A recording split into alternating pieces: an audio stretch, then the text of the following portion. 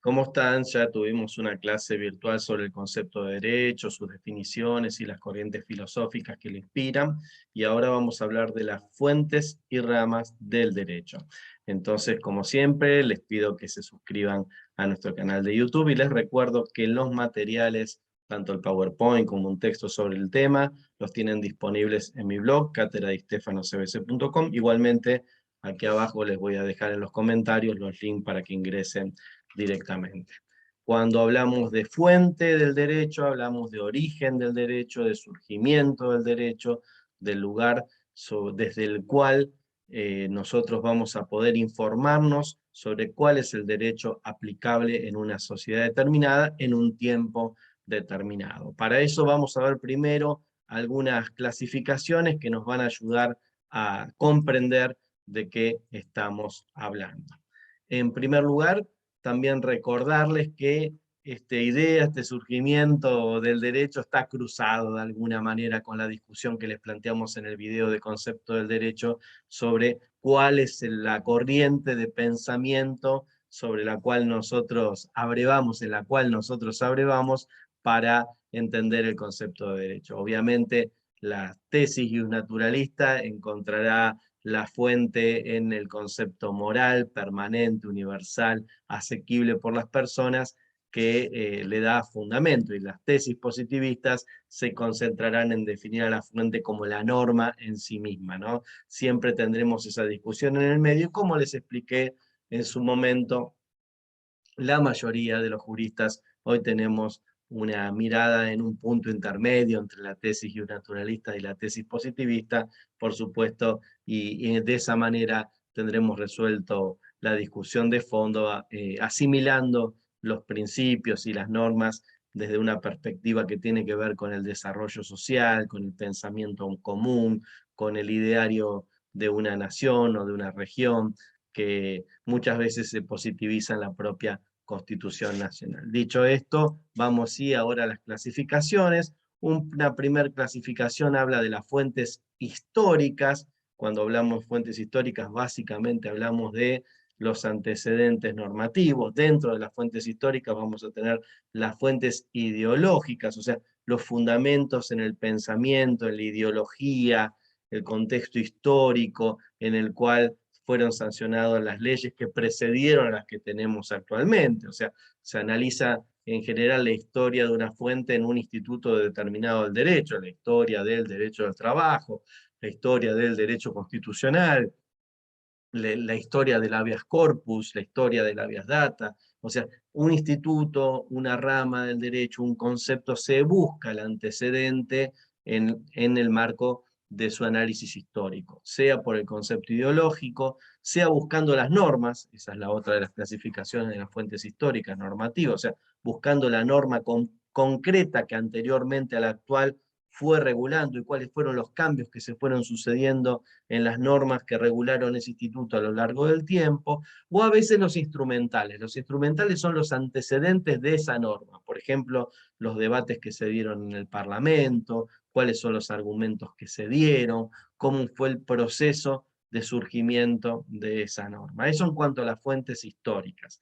Las fuentes materiales, por su parte, es el hecho concreto que necesitó de ser regulado y que le da fundamento fáctico a la norma. O sea, sucedió tal cosa, esa cosa generó una disrupción en el comportamiento de las personas, y hizo falta una norma, una regla para regular ese comportamiento, para regular el libre albedrío y establecer un procedimiento que generara la posibilidad de que no se conflictúe más sobre esa situación.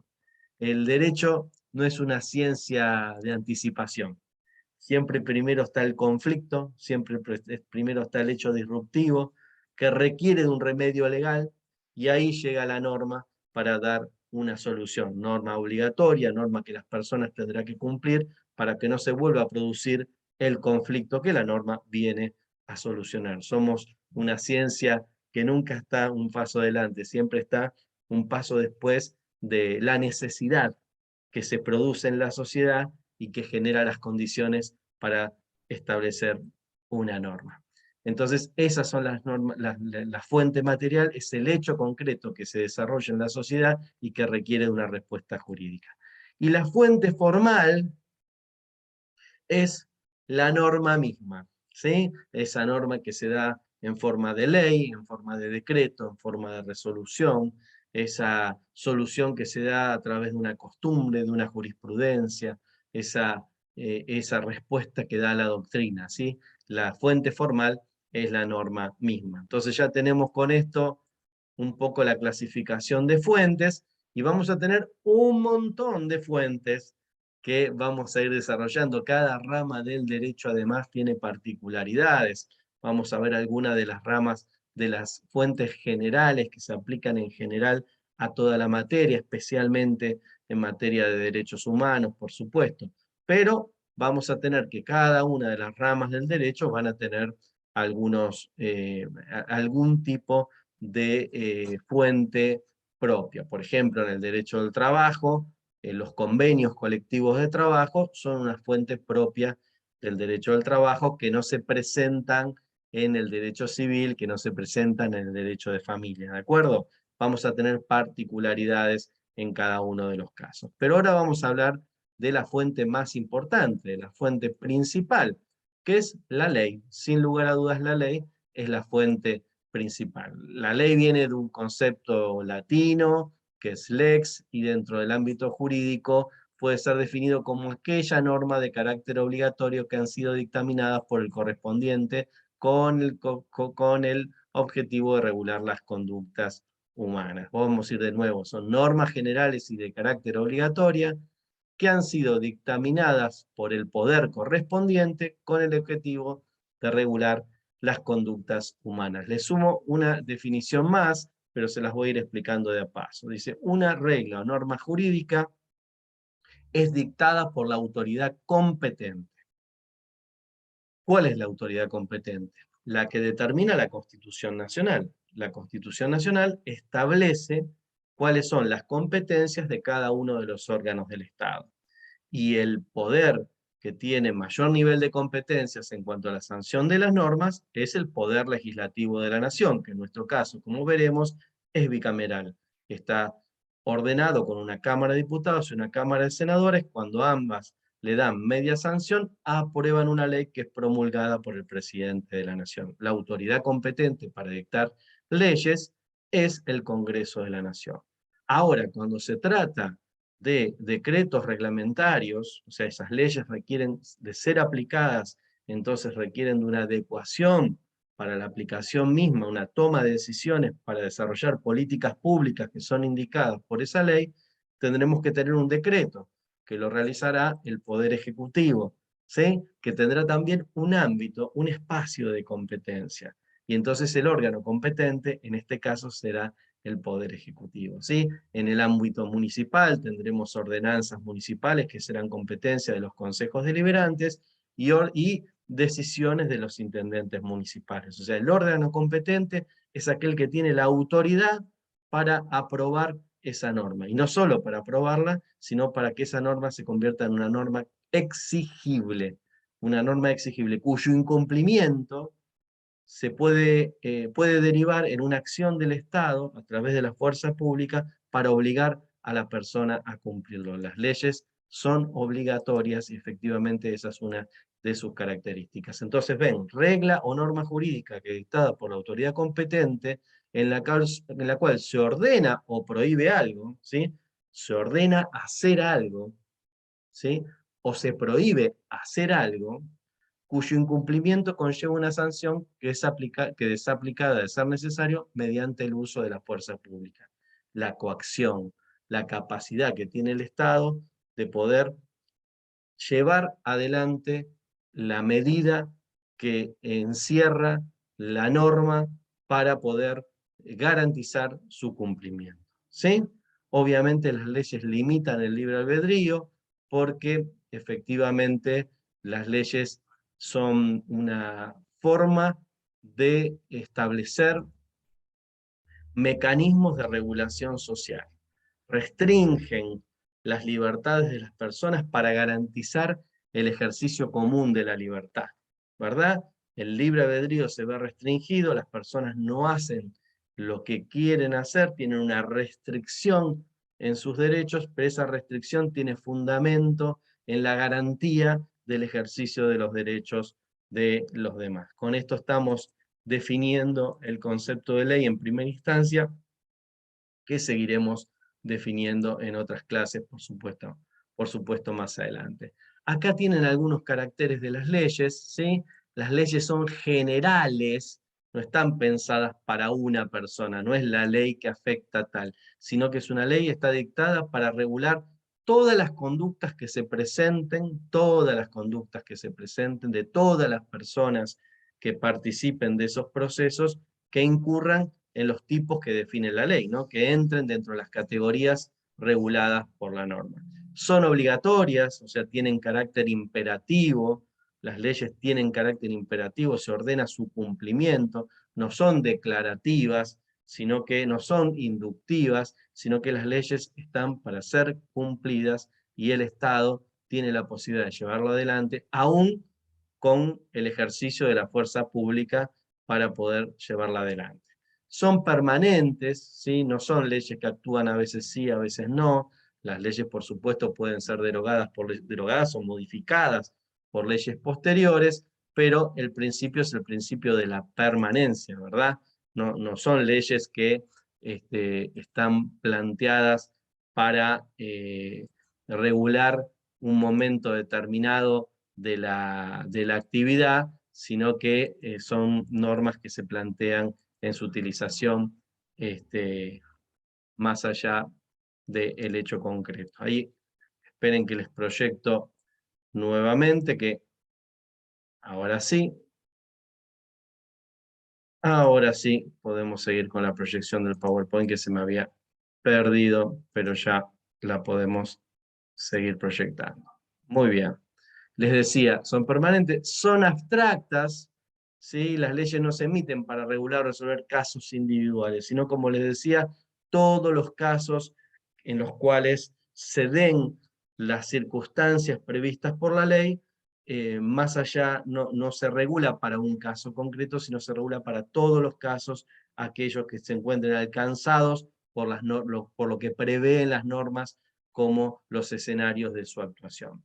Son inexcusables, nadie puede plantear el desconocimiento de la ley. Una vez que una ley es promulgada en el boletín oficial, se presume como conocida por todos los ciudadanos y son irretroactivas. O sea, en principio las leyes tienen aplicación desde el momento de la sanción hacia adelante, o sea, no tienen efecto retroactivo. No se puede regular conductas que ya sucedieron a partir de una ley. Pero esto tiene algunos casos excepcionales que explicaremos en algún momento en este curso a lo largo del mismo. El principio es de la irretroactividad de las leyes, pero podrían existir algunos casos de actuación retroactiva de la ley siempre y cuando sean más favorables, como el caso, por ejemplo, del derecho penal, que las leyes no son retroactivas, pero si hay una ley posterior que es más beneficiosa para la persona que está, para las personas, bueno, en ese caso esa norma, si es más favorable, va a regir. En el derecho del trabajo va a pasar lo mismo. Las leyes no tienen efecto retroactivo, pero una norma más favorable tiene operatividad directa sobre una norma anterior. Muy bien, sigamos entonces viendo clasificaciones, sentido amplio y sentido estricto. Sentido amplio, llamamos normas, llamamos ley a un montón de normas de distintas jerarquías, la Constitución Nacional, las leyes nacionales, las leyes provinciales, los decretos, solemos usarlos en un sentido vulgar, le decimos ley, porque son normas escritas de carácter abstracto y obligatorio, ¿no? Que regulan una actividad determinada y que el Estado debe imponer su cumplimiento. Pero cuando hablamos en sentido abstracto, en sentido restringido, concreto, limitado, hablamos de ley cuando se trata de una ley en el máximo de sus sentidos formales, ¿no? Una ley dictada por el Congreso de la Nación, una ley dictada por el Poder Legislativo de la Nación o el Poder Legislativo provincial. Muy bien. Avanzando entonces, otra de las fuentes del derecho es la costumbre. ¿sí? Un segundito. A ver, sí, estaba verificando que estemos grabando porque no veía el logo de la grabación y no quería estar hablando solo conmigo en este momento. Bien, les decía, la costumbre. La costumbre fue la fuente más importante a lo largo de la historia, hasta que la ley ocupó ese espacio, ¿no? Una costumbre es la repetición de un hábito compartido por una comunidad a lo largo de un tiempo, ¿sí? Algo es una costumbre cuando se repite a lo largo de un tiempo, cuando son muchas las personas, no es la costumbre individual, sino una costumbre de carácter eh, obviamente compartido, con cierta masividad, pero para que hablemos de costumbre legal, costumbre jurídica, esa repetición, ese hábito tiene que estar motivado por la convicción de que se actúa conforme una regla u obligación jurídica, ¿no? Se suele decir que hay dos elementos, un elemento material, los actos repetitivos, constantes y uniformes, y un elemento psicológico, que es la convicción de esas personas que repiten el acto, que lo hacen en una práctica que obedece a una necesidad jurídica. En el derecho comercial, el origen del derecho comercial está muy ligado a la costumbre comercial, ¿verdad? Pero bueno, con el correr de los tiempos, la costumbre fue desplazada por la ley como fuente principal del derecho, fundamentalmente por su falta de precisión, certeza, unidad. La ley, en tanto norma escrita, emanada de autoridad competente, revestida de ciertas formalidades, constituye un elemento que otorga mayor seguridad jurídica. Suele haber tres clasificaciones de la ley: secundum legem, contra legem y praeter legem, que es la convalidada por la ley, eso, o sea, cuando una costumbre, la ley la toma y la positiviza, o sea, algo que era una costumbre, una ley la regula y la convierte en norma, ¿sí? Era costumbre, ahora es norma. Entonces, una costumbre que suele decir convalidada por la ley.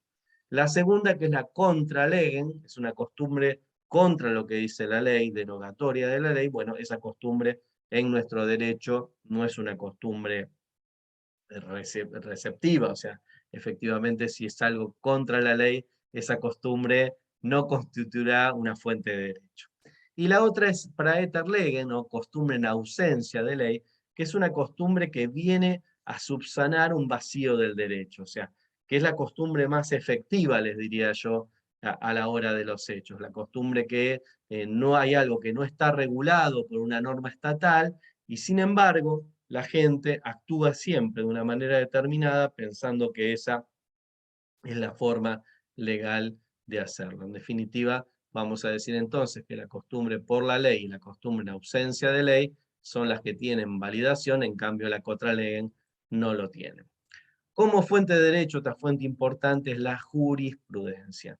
La jurisprudencia las constituyen los fallos relevantes de los tribunales más importantes de la nación, de los tribunales superiores, que cuando eh, analizan un caso que se va a repetir en otras circunstancias, un caso que tiene una relevancia jurídica, y establecen una sentencia que le da claridad a una cuestión controversial, lo que sucede es que ese fallo muchas veces, si es de un tribunal superior y sobre un tema que, que va a tener repercusión pública y que probablemente ese conflicto se vuelva a plantear en otro momento, va a constituir ese fallo, esa sentencia, un caso testigo, un leading case, un caso de referencia, un caso de jurisprudencia se suele plantear. ¿Por qué? Porque los tribunales inferiores, los abogados, los doctrinarios que van a escribir sobre el derecho y sobre la interpretación del derecho, van a tenerlo como una referencia acerca de qué entendió ese tribunal superior, esa Corte Suprema de Justicia, esa Cámara Nacional de Apelaciones, sobre la interpretación del derecho en el caso concreto, o sea, la norma en el caso concreto, y cuál fue la decisión que tomaron estos tribunales. Entonces, esa sentencia va a constituir una jurisprudencia. No todos los fallos de los tribunales superiores constituyen casos testigos, leading case. Solamente constituyen casos testigos aquellos que son dictados en materias relevantes, en materias fundamentales, en materias que informan una interpretación son un tema de alto interés general, y cuando los tribunales inferiores lo empiezan a tomar como referencia, va constituyéndose en una jurisprudencia, en un leading case, en un caso testigo. Otra de las fuentes es la doctrina. La doctrina es ni más ni menos que la opinión de los juristas especializados sobre determinados temas. A nosotros, por ejemplo, cuando estábamos escribiendo el texto que fundamenta esto, escribiendo este PowerPoint, etc., consultamos a juristas a través de sus libros, de sus manuales, de sus tratados, juristas cuya opinión es relevante y que nos sirve de guía. También lo hacen los jueces a la hora de dictar sentencias. Analizan, estudian a través de la opinión de los juristas que más han estudiado en la materia y que se constituyen sin ninguna manera una fuente del derecho. No es una fuente obligatoria, no es una fuente general, abstracta, es una opinión, pero una opinión de peso para la interpretación del derecho, de peso para la fundamentación que hacemos los abogados de nuestros casos. Por eso se dice que es una fuente mediata de derecho, no inmediata, sino mediata. Y obviamente el peso de la doctrina tendrá que ver con el prestigio del autor que estemos analizando. ¿Sí? Pasemos ahora a las ramas del derecho positivo. Se utiliza una figura siempre, que es la figura del árbol y las ramas, ¿no? El árbol es el tronco común. El derecho es uno, no hay muchos derechos, ¿sí? El derecho es uno, es un tronco común, un tronco jurídico común. No hay una constitución nacional de derechos humanos, de derechos civiles y de derechos penales, ¿sí? O de derechos laborales. Hay una constitución, hay un tronco común. Y luego hay ramas que son parte de ese árbol, ¿sí? Que surgen del tronco, que son líneas de especialización que se van generando a través de las distintas disciplinas jurídicas. Es buena la figura de las ramas del derecho si lo pensamos desde el tronco común. Entonces, hay un solo derecho, no hay más de un derecho, ¿sí? Ese derecho es el derecho positivo, el derecho que rige en un país determinado y que es obligatorio en ese país. Ahora bien, sí existe una división científica que no es perfecta, o sea, las ramas del derecho de las cuales vamos a hablar, cada vez hay más y hay subramas, son disciplinas, son grupos de normas que tienen principios comunes, que tienen características determinadas, donde las podemos agrupar con cierta eficiencia disciplinaria. Pero hay muchas zonas grises y muchas zonas que se comparten, o sea, no es estricta la diferencia. Por ejemplo, en el derecho del trabajo, siempre pongo el ejemplo del derecho del trabajo, ¿verdad? Pero es mi área de especialización. En el derecho del trabajo siempre se recurre como fuente supletoria, o sea, siempre se recurre como cuando no hay una respuesta en las normas propias del derecho del trabajo, se recurre al derecho civil, ¿verdad? En el derecho penal se recurre al derecho constitucional siempre como base. El derecho constitucional siempre es base de todos los derechos. La gran división del derecho del trabajo es entre derecho público y derecho privado. En el derecho público está presente un sujeto que es el Estado, ¿sí?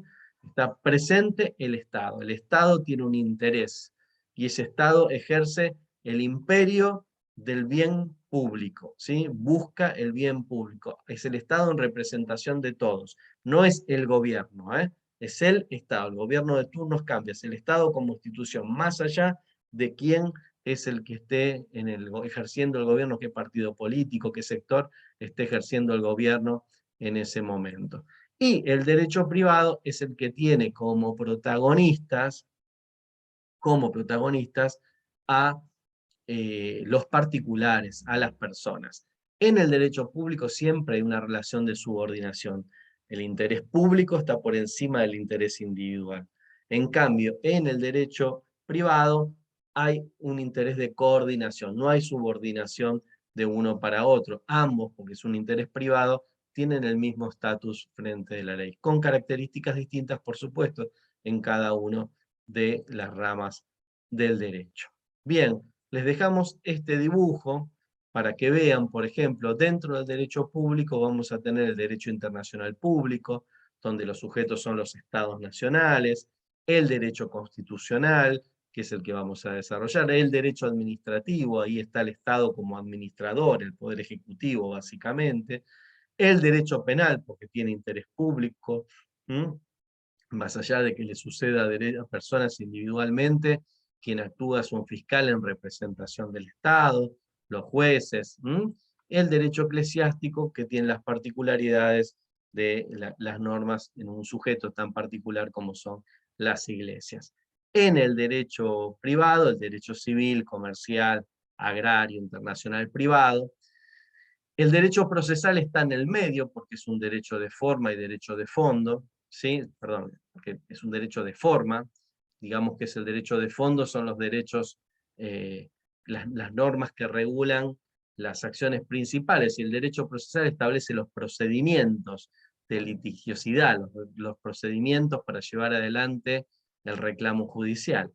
Y el derecho laboral se lo suele poner, por supuesto, dentro del derecho privado, pero por sus particularidades, ese carácter tan especial que tiene el derecho laboral, porque es un derecho protectorio, porque es un derecho que defiende los intereses de los trabajadores, se suele decir que es un derecho muy impregnado por el derecho público, por el orden público laboral. Pero ese es un tema que ustedes desarrollarán a lo largo de su carrera. Yo les dejo en este círculo un montón de ramas del derecho y cada vez hay más, ¿no? Derechos humanos, ambientales, colectivos, marítimos, aerocomerciales, impositivos, penales, económicos, informáticos, biomédicos, minería, migratorio, previsional, en fin, van a encontrar tantas ramas porque el derecho tiene un ámbito de actuación enorme, y eso es algo que los tiene que animar a ustedes. No es solo tiene un ámbito de actuación enorme, sino que está en constante evolución. Por ejemplo, el derecho informático, por ejemplo, el derecho de protección de datos, por ejemplo, el derecho de género, por ejemplo, los que quieran. O sea, a medida que se complejiza la vida humana, se complejiza el derecho que necesita darle respuestas a esos problemas nuevos que se van generando. Llegamos al fin entonces, les recuerdo suscribirse a nuestro canal de YouTube y que tanto el texto como el PowerPoint lo tienen disponibles en los links que les voy a dejar acá abajo. Nos vemos pronto.